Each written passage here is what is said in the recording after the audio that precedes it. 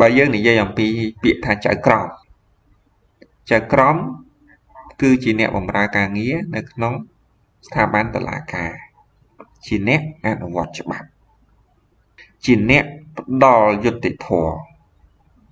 ពាក្យថាផ្ដល់យុត្តិធម៌មានន័យថាថ្លឹងថ្លែងអង្គហេតុអង្គច្បាប់ដោយមានសំអាងហេតុចេញសេចក្តីសម្រេចបញ្ចប់នៅក្នុងការកំណត់អំពី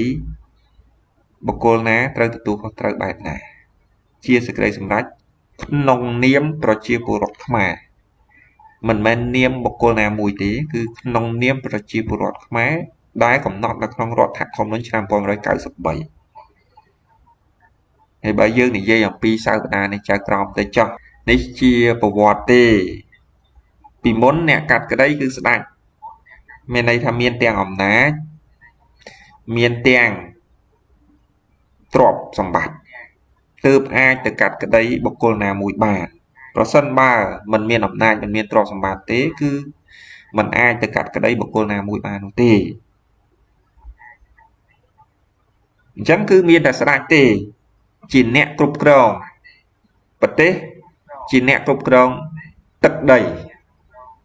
ទើបជាអ្នកកាត់សេចក្តីនេះយើងពិនិត្យអំពីប្រវត្តិសាស្ត្រក្រោយមកសំណុំរឿងវាច្រើនពេកស្ដេចមានពេលណាមកកាត់គ្រប់រឿងត្រូវមានការចែករំលែកចាស្ដេចអាចបំពេញនៅតួនាទីភារកិច្ចធំចម្បងផ្សេងទៀតអញ្ចឹងមានការចែករំលែកឲ្យដៃស្ដាំនៅក្នុងការបំពេញតួនាទីជំនួសខ្លួនឯងក្នុងនាមខ្លួនឯងមានន័យថាក្នុងនាមស្ដេចអ្នកដែលបំពេញតួនាទីជាអ្នកកាត់ក្តីត្រូវផ្ដល់សិទ្ធិអំណាចឲ្យគាត់សិទ្ធិតាមផ្លូវច្បាប់ហើយនឹងត្រូវផ្ដល់ទ្រព្យធនធ្វើម៉េចឲ្យគាត់ខ្លាយទៅជាបុគ្គលមួយដែលមានទាំងសិទ្ធិអំណាចដែលមានទាំងទ្រព្យសម្បត្តិទើបអាចទៅកាត់ក្តីបុគ្គលដែលមានឬក្តីបានធ្វើឲ្យគេខ្លាចធ្វើឲ្យគេគោរពតាមបើសិនបើមិនផ្ដល់សិទ្ធិអំណាចឲ្យគាត់ទេគាត់អត់មានលទ្ធភាពគ្រប់គ្រាន់ទេតើគាត់ទៅផ្ដល់យុត្តិធម៌ឲ្យគេមិនកើតច្បាស់ណាស់អ្នកដែលមកពឹងហ្នឹងនឹងមើងងាយមើលថោកគាត់ហើយបាទអញ្ចឹងហើយបានអ្នកកាត់ក្តីហ្នឹងអ្នកផ្ដល់យុត្តិធម៌ហ្នឹងគេថាជាតកូលរបស់ស្ដេចគេហៅជាតកូលខត្តយៈជាតកូលស្ដេចជាដៃស្ដាំរបស់ស្ដេចចឹងបានមានការចងក្រងមានការរៀបចំតែអ្នកនេះក្រោយមកនៅក្នុងសម័យយើងហ្នឹងថាកាត់ក្តីក្នុងនាមប្រជាពលរដ្ឋខ្មែរមិនមែនក្នុងនាមបុគ្គលណាមួយទេសេចក្តីសម្រេចដែលជាប្រភេទសាលក្រមឬក៏សាលដីកាជាសេចក្តីសម្រេចក្នុងនាមប្រជាពលរដ្ឋខ្មែរអញ្ចឹងលែងក្នុងនាមចៅក្រមដែលសញ្ញេហ្នឹងហើយតាសញ្ញេចេញហើយគឺក្នុងនាមប្រជាពលរដ្ឋខ្មែរអញ្ចឹងហើយបានវាមានអំណាចក្នុងការចាប់បង្ខំឧទាហរណ៍រឿងព្រហ្មទណ្ឌផ្ដន់ទាទុកដាក់ពន្ធនាគារ10ឆ្នាំជាប្រភេទបទល្មើសឃាតកម្មក្នុងមាត្រា199ចុះអញ្ចឹងនៅពេលដែលសាលក្រមឬក៏សាលដីកាចូលជាស្ថាពរវាមានអនុភាពអនុវត្តព្រះអញ្ញាគឺអនុវត្តដើម្បីទៅចាប់បុគ្គលនឹងក្នុងករណីដែលនៅក្រៅឃុំដើម្បីយកមកផ្ដន់ទាទុកដាក់ពន្ធនាគារនេះហើយជាអំណាចតាមផ្លូវច្បាប់ដែលផ្ដល់ឲ្យចៅក្រមនៅក្នុងការផ្ដល់យុត្តិធម៌ខ្ញុំប្រើពាក្យថាផ្ដល់គឺនៅក្នុងន័យមួយជាអ្នកផ្ដល់ឲ្យនៅពេលដែលគេមករកយុត្តិធម៌មិនមែនស្វែងរកយុត្តិធម៌ទេគឺផ្ដល់យុត្តិធម៌ចៅក្រមនៅក្នុងការបំពេញតួនាទីភារកិច្ចតុលាការមាន3ថ្នាក់2ជាន់ជាន់ទាបជាន់ខ្ពស់ជាន់ទាបមាន1ថ្នាក់ជាន់ខ្ពស់មាន2ហ្នឹងជាគោលការណ៍សកលបើសញ្ញាណនៃច្បាប់បរទេសគេហៅថា double degré de juridiction ជាសញ្ញាណតុលាការ2ជាន់មាន3ថ្នាក់ chia sẻ nhàn tu tới ấy, mình thaនៅស្រុកយើងឬក៏នៅស្រុកបារាំងទេគឺដូចគ្នាអញ្ចឹងប៉ុន្តែបារាំងគេមានតុលាការលុយញងអឺរ៉ុបយ៉ែនមួយទៀតគេហៅថានៅក្នុងតំបន់របស់គេអត់ពីតុលាការជាតិរបស់គេប៉ុន្តែសម្រាប់ស្រុកខ្មែរយើងគឺអត់មានតុលាការតំបន់ទេនៅក្នុងអាស៊ានគឺតុលាការសម្រាប់ប្រទេសយើងខ្ពស់បំផុតគឺតុលាការកំពូលដែលជាតុលាការដែលមានឋានានុក្រមខ្ពស់ជាងគេបាទឥឡូវយើងមកមើលចៅក្រមទូនទីភារកិច្ចរបស់គាត់យើងពិនិត្យនៅក្នុងសាលាដំបូងចៅក្រមកាលណានិយាយអំពីចៅក្រមនៅក្រោមស្ថាប័នតុលាការចឹងឯករាជ្យយើងពិនិត្យនៅក្នុងរដ្ឋធម្មនុញ្ញឆ្នាំ1993គឺបានកំណត់អំពីភាពឯករាជ្យនៃការបែងចែកអំណាចជា3អំណាចនីតិបញ្ញត្តិអំណាចនីតិប្រតិបត្តិហើយនិងអំណាចតុលាការញែកដាច់ពីគ្នាតែម្ដងអំពីអំណាចទាំង3នេះមានន័យថាមិនស្ថិតនៅក្រោមចំណុះគ្នានោះទេនេះគឺរដ្ឋធម្មនុញ្ញឆ្នាំ1993ទូនទីភារកិច្ចរបស់ចៅក្រមបើយើងនិយាយអំពីចៅក្រមយើងអាចនិយាយថាជាចៅក្រមអាសនៈអញ្ចឹងចៅក្រមនៅក្នុងស្ថានភាពបច្ចុប្បន្ននៃសាលាដំបងវាមានចៅក្រមស៊ើបសួរហើយនឹងចៅក្រមជម្រះចៅក្រមស៊ើបសួរកើតមាននៅពេលណាបើយើងនិយាយអំពីដំណើរការនីតិវិធីមានន័យថានៅពេលដែលមានដីកាសន្តានបញ្ជូនរឿងឲ្យស៊ើបសួរមកចៅក្រមស៊ើបសួរដោយព្រះរាជអាជ្ញាឬក៏ព្រះរាជអាជ្ញារងភាសាអង្គតែមួយអញ្ចឹងគាត់ដើរតួនាទីជាចៅក្រមស៊ើបសួរនៅក្នុងមន្ទីរស៊ើបសួរដែលជារៀងរាល់ឆ្នាំប្រធានសាលាដំបងគឺគាត់កំណត់អំពីចៅក្រមណាជាចៅក្រមស៊ើបសួរគាត់កំណត់ជារៀងរាល់ឆ្នាំគឺបញ្ញត្តិធរមានតែផ្ដល់សិទ្ធិឲ្យប្រធានសាលាដំបងចឹងចៅក្រមស៊ើបសួរគាត់មានតួនាទីភារកិច្ចជាអ្នកស្វែងរកភស្តុតាងដោះបន្ទុកមានន័យថាឲ្យរួចផុតពីពិរុទ្ធភាព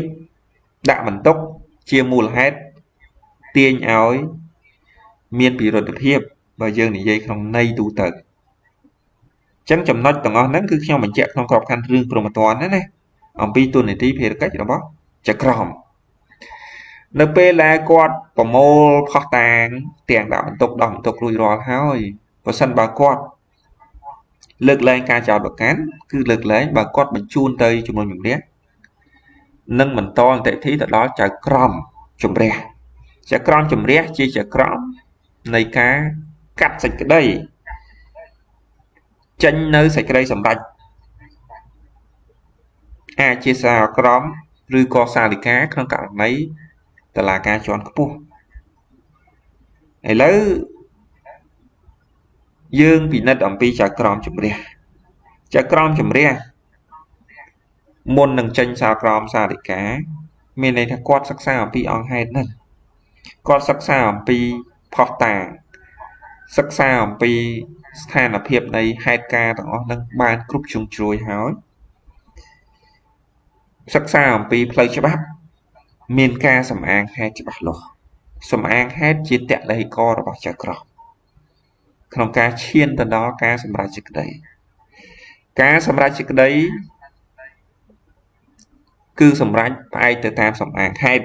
មិនអាចសម្អាងហេតុនិយាយអំពីគោដល់ពេលសម្រេចសេចក្តីចេញកបីនោះទេកន្លែងនេះហើយដែលនាំឲ្យចៅក្រមនេះគឺមានបញ្ហាអញ្ចឹងកាលណាសម្អាងហេតុនិយាយអំពីសត្វគោសេចក្តីសន្និដ្ឋានបញ្ចប់គឺប្រកបណាស់នឹងសន្និដ្ឋានអំពីគោនឹងឯងអត់អាចទៅសន្និដ្ឋានអំពីសត្វកបីទេកន្លែងនេះគឺជាការផ្ដល់យុត្តិធម៌ឲ្យទៅជនរងគ្រោះបាទឲ្យទៅជនរងគ្រោះអញ្ចឹងសរុបជារួមនៅក្នុងករណីនៃរឿងព្រហ្មទណ្ឌចៅក្រមជាអ្នកផ្ដល់យុត្តិធម៌មិនថាចៅក្រមនោះនៅក្នុងដំណាក់កាលនៃចៅក្រមស៊ើបសួរក៏ដោយទាំងផុសតាងដោះបន្ទុកដាក់បន្ទុកសិតតែក្នុងន័យនៃការផ្ដល់យុត្តិធម៌ ជាក្រមជំរះការកាត់សេចក្តីក៏នៅក្នុងន័យនៃការផ្ដល់យុត្តិធម៌ដែរបាទនេះគឺជាទូនាទីភារកិច្ចដែលខ្ញុំនិយាយក្នុងន័យជារួមដើម្បីជូនទៅដល់សកលការចំពោះរឿងរដ្ឋបវេនីដែលជារឿងតំណែងតំណងបុគ្គលឯកជនផ្សារភ្ជាប់ជាមួយនឹងតំណែងតំណងទ្រព្យសម្បត្តិឬក៏ផ្សារភ្ជាប់ជាមួយតំណែងតំណងញាតិនៅក្នុងរឿងនេះ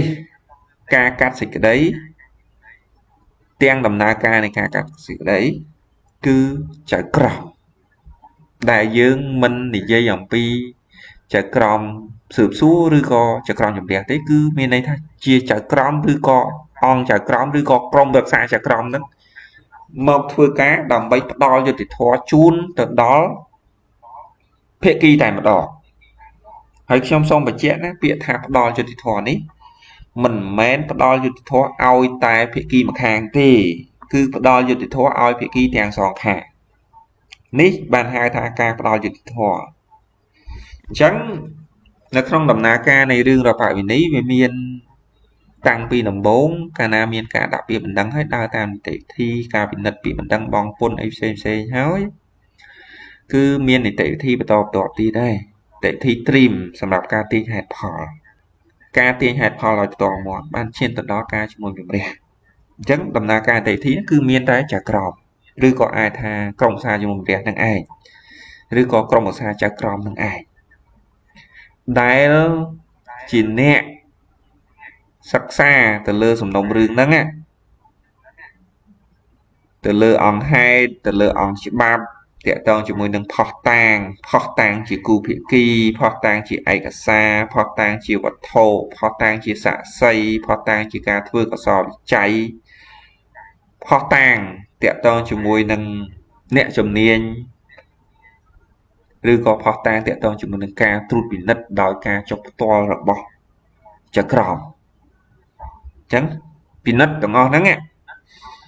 បានយកមកថ្លឹងថ្លែងយកមកផ្ទៀងផ្ទាត់យកមកដើម្បីធ្វើសំអាងហេតុ